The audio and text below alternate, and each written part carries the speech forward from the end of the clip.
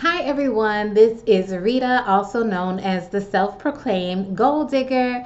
Welcome to my channel called Gold Digger, where you will be learning about my experiences with entrepreneurship, business ownership, my goal setting, my journey to financial freedom, all my big lofty goals, as well as my fitness journey and things of that nature.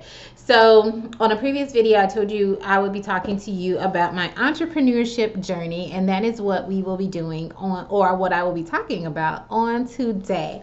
So, I am currently a business owner, but prior to that, I had also had a business as well, and it did not last very long, but it was definitely a good learning experience.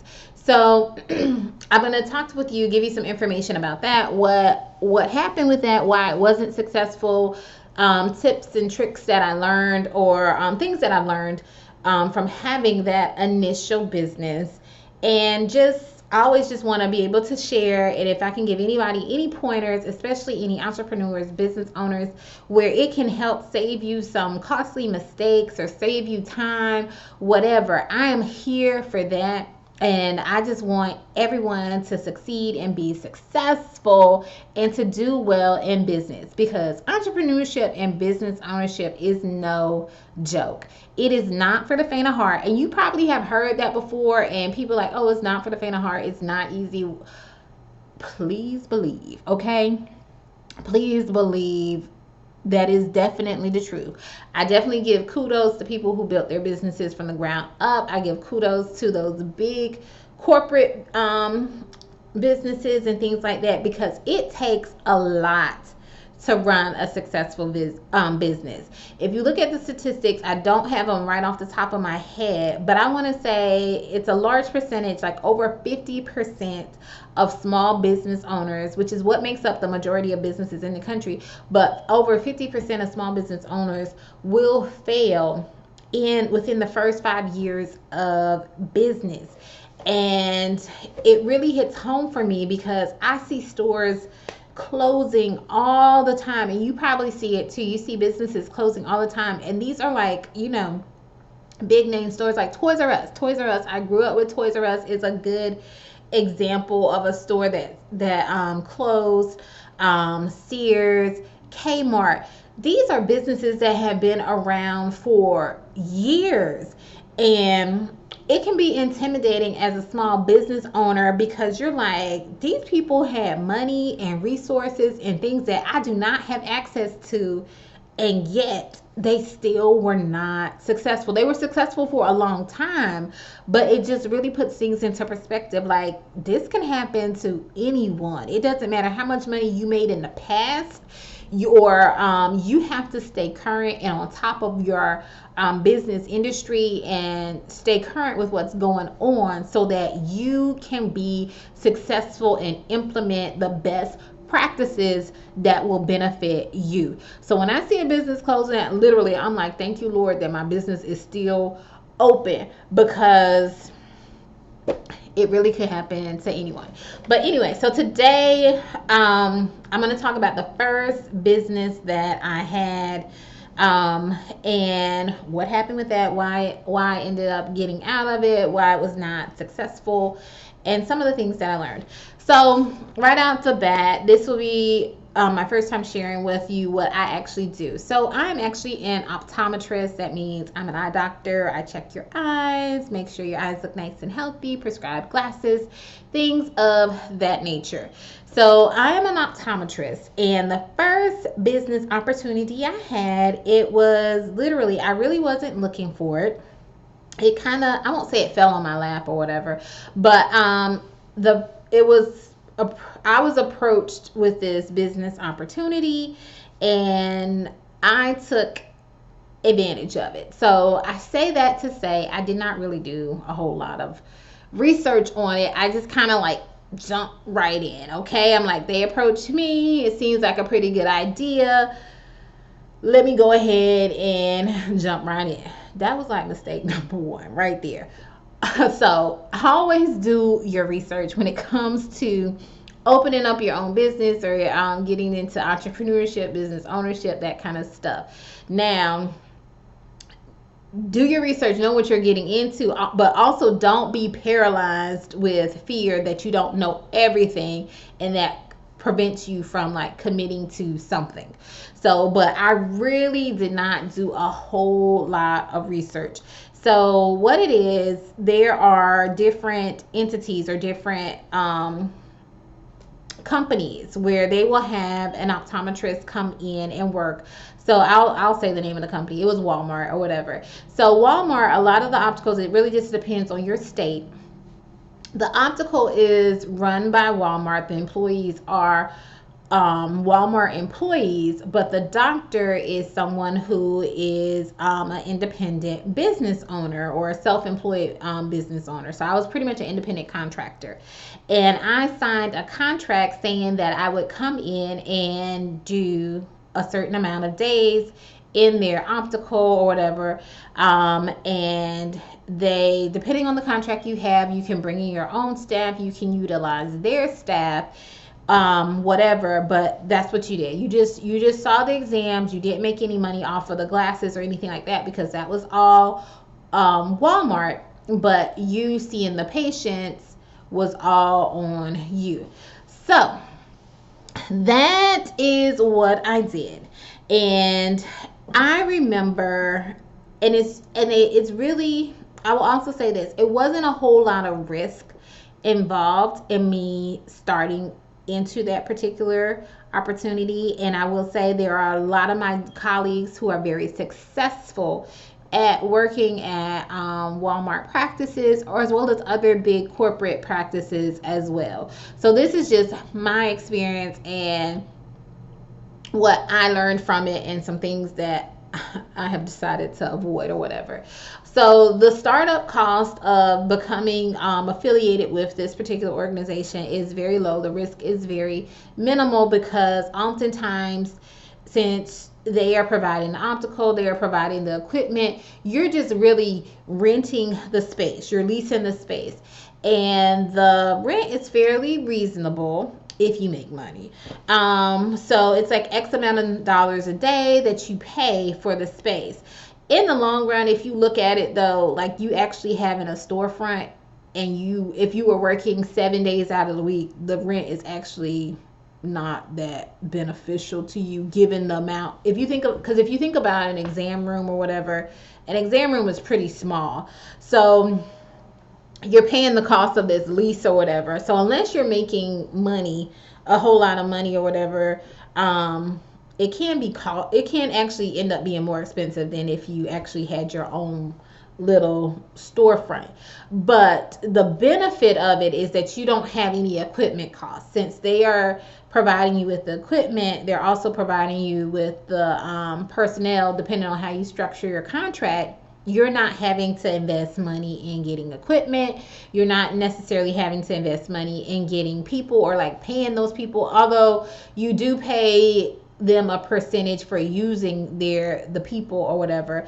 But it's not like you have these employees there and you have to supply them with benefits or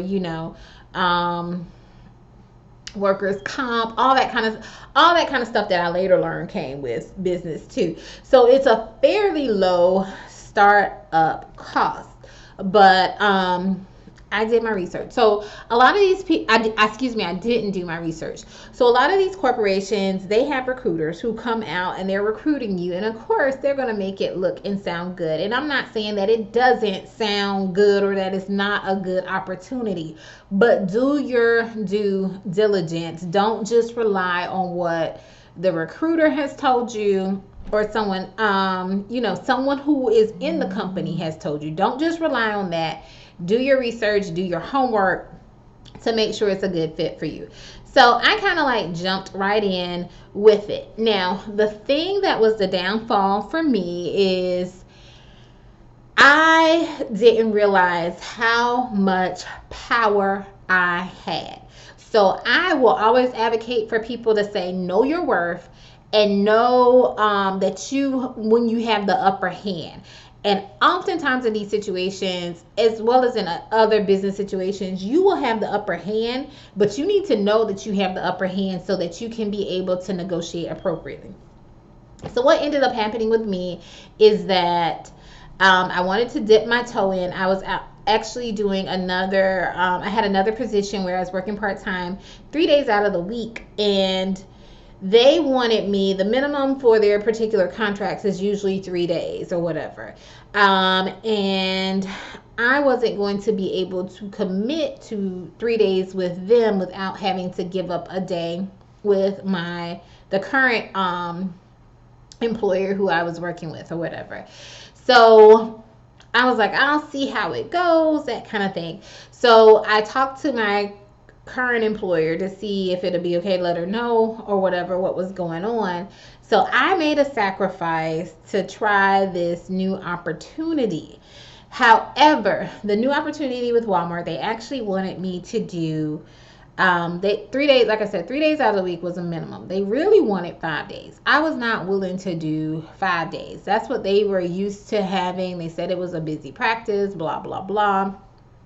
But I knew I wasn't going to do 5 days out of the week. So I didn't do all my research, but I wasn't crazy. Like, I wasn't going to give up my guaranteed money for, no matter how good they made it seem or whatever, for funny money. Like, I don't know. Y'all say it's busy or whatever, but I'm not going to totally give up my regular income and for this, because Walmart does not pay me with these types of contracts. You are only paid by the amount of patients you see. So if you only see one patient, that's all you get paid for the day.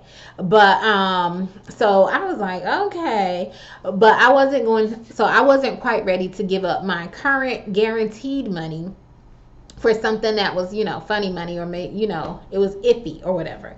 But I didn't realize how much power I had, because I could have negotiated and said, hey, all I'm willing to do is 3 days out of the week, 2 days out of the week, whatever.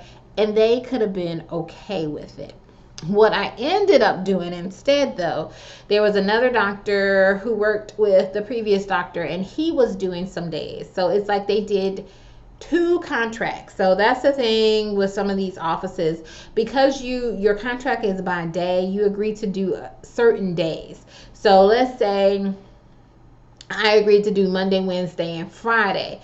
Walmart could find another doctor and say, hey, do you want to do Tuesday, Thursday, and Saturday? So that is a little bit of the risk associated with that or whatever too. They can bring another doctor in. It's not really common that they do. And usually if they do, they discuss it with both doctors to make sure everyone is in agreement. But yeah, your rent is based off the day. And that's why I said before, if you really look at it, like over a course of a month, the rent payment is low for you if you're part-time, but if you're really full-time, it can get a little bit costly and can be actually more expensive than if you had your own standalone practice. But anyway, back to the story. So I had only agreed to do certain days, and they said, okay, well, we need, I think it was like 5 days or something. We need 5 days. So they were like, well, we're going to ask the other doctor who's been there if they are still willing to do their 1 or 2 days or whatever. So I was like, that's fine.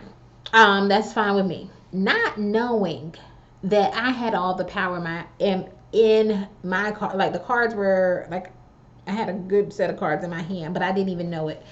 And what ended up happening is that the doctor who was there, he had been there, like I said, working with the other doctor for several years or so. So he already had a patient base built up. And I'm trying to build up a patient base. And Walmart, even though there's thousands of people who come to Walmart every day, you still have to build up your patient base and let people know. The other thing that kind of got to me was the other doctor was charging less than me. And we tried to come to an agreement, but he really wasn't even trying to have a conversation with me. I was like, can we at least meet our prices? And it wasn't a huge difference or whatever. I think it was like $10. Like, he was $10 lower than I was. But if you think about Walmart is built on low prices or whatever. I forget the slogan, but low prices or whatever. So of course, if I'm $10 higher even if I could bring people in, they are ending up scheduling with this doctor who was like, I was considered the primary doctor on the contract or whatever, but he was like a tertiary doctor or whatever, but I was like considered the main doctor of the store or whatever. But because he had a separate contract, he could do that. So that was mistake number two, because I should have got that sorted out before I signed anything with my contracts. I didn't know. I didn't know that. Also, another mistake I made was, like I said, well, not even a mistake, something I didn't really realize or take into consideration, or didn't think about thoroughly, is I chose to utilize the office staff to do, to get the patients ready for me. And that was an interesting experience. They didn't really have, the person who was working with me was not the best, not qualified. I don't even know how they kept their job there. Because they really did not know what they were doing. So dealing with that, dealing with not having a whole lot of patience because the other doctor was like undercutting me with the price, I ended up deciding, hey, this is not worth it. Because at the end of the day, what was happening is I was making more at my guaranteed job than I was at Walmart. Yes, there were some days that I did make more, but there were a lot of days where I did not. The other thing with that too is it was still a lot of work on me. So it wasn't just me going in and seeing the patients and stuff like that and being done with it. It's like if they had insurance, I had to do the insurance filing because that wasn't done by Walmart or anything like that. If there were letters that needed to be sent out or referrals that needed to be made to other doctors, I was the one doing that. Where at my other job, we had like an office manager and staff and stuff, or the staff was in place for if I needed to send a referral, I gave the information to them and they wrote up the referral for, and sent it out or whatever. If there was insurance that needed to be billed, that was all handled by the staff. So it wasn't just, okay, you work from 9 to 5 and you're free to go or whatever. It was, I still had more stuff to do on the back end that took time or whatever. So it was not worth it for me. But I was in practice for 6 months before I was able to, say, hey, I'm done. And you have to give them like 60-day notice to terminate your contract. So like at about month 4, I was like, this ain't for me. Like I need to get out. I need to go back to what I was doing and that kind of thing.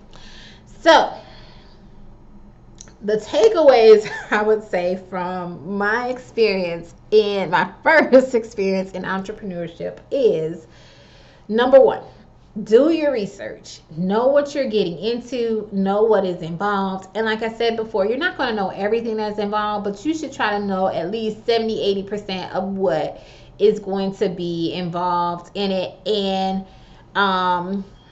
anything that you don't know, just put it to the side and be like, okay, that's in something that I don't know or whatever. But try to get as much information as possible. And like I said, do your due diligence. Also keep in mind, if it's taking a long time to find out information and stuff like that, that might be a red flag that this is not for you, because it shouldn't be hard for you to get information, and it shouldn't take forever for you to get the information that you need. So tip number 1, do your research before starting your business and try to know at least 70-80% of what you're getting into and what all is going to be involved. Number 2, know your worth. So when it comes to negotiating stuff, negotiating contracts, whether it's contracts with other business owners, contracts with your vendors, whatever, know your worth and know what you have to bring to the table, and realize the strength in that, because you have a lot to bring to the table, especially if you have a special niche or a special product or special service that you are providing. So know your worth and charge what you're worth as well, and don't be willing to bend or break when it comes to that. All right, So, number three is make sure the business is going to be beneficial to you.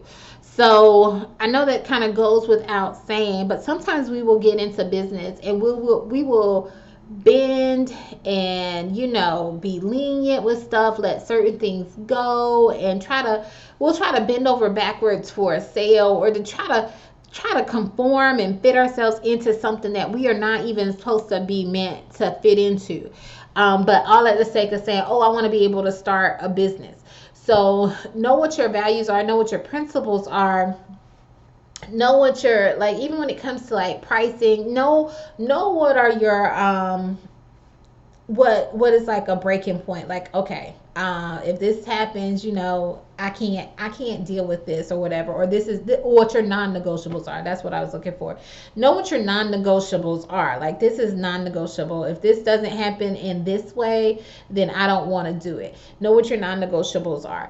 So, and it's not that you're being, hard or difficult or whatever. It's just business, because people will definitely push you, and that's not just when you're starting your business, but also when you're in your business. You got to know what your non-negotiables are, and make sure that what you're doing is beneficial to you. So if you know that, say, like, if you make a product and your supplies for the product cost you $20 and you sell it for $40 or whatever, you already know, like, you can't sell it for $20 because you didn't make any money off of it, even though someone is insistent of saying, hey, sell it to me for $20, or even sell it to me for $30, and then they say, oh, you know what, I changed my mind and I don't want it, and it's a custom made product. Because even now you've lost money because it cost you $20.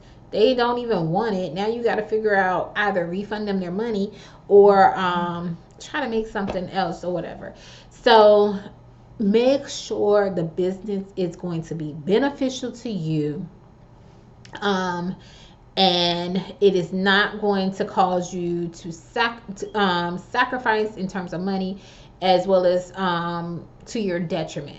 Now, that's not to say the business should not. It should be mutually beneficial. So when in my situation, the offer had to be beneficial to me, but it also had to be beneficial to Walmart. But in that case, it was more beneficial to Walmart than it was to me. It should be mutually beneficial and working for both parties, okay? Same thing in business. So you should get the benefit of, getting profit from a sale that you make, and your customer gets the benefit of being able to utilize that said product or whatever. It's mutually beneficial. So just keep that in mind.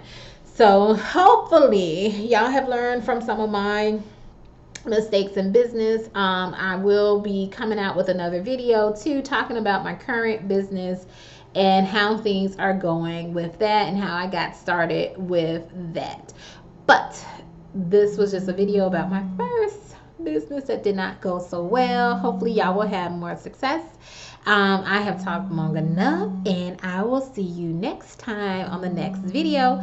This is your girl Rita, also known as the Gold Digger. If you like this video, please give me a thumbs up, subscribe to my channel, and let me know your thoughts as well. Take care.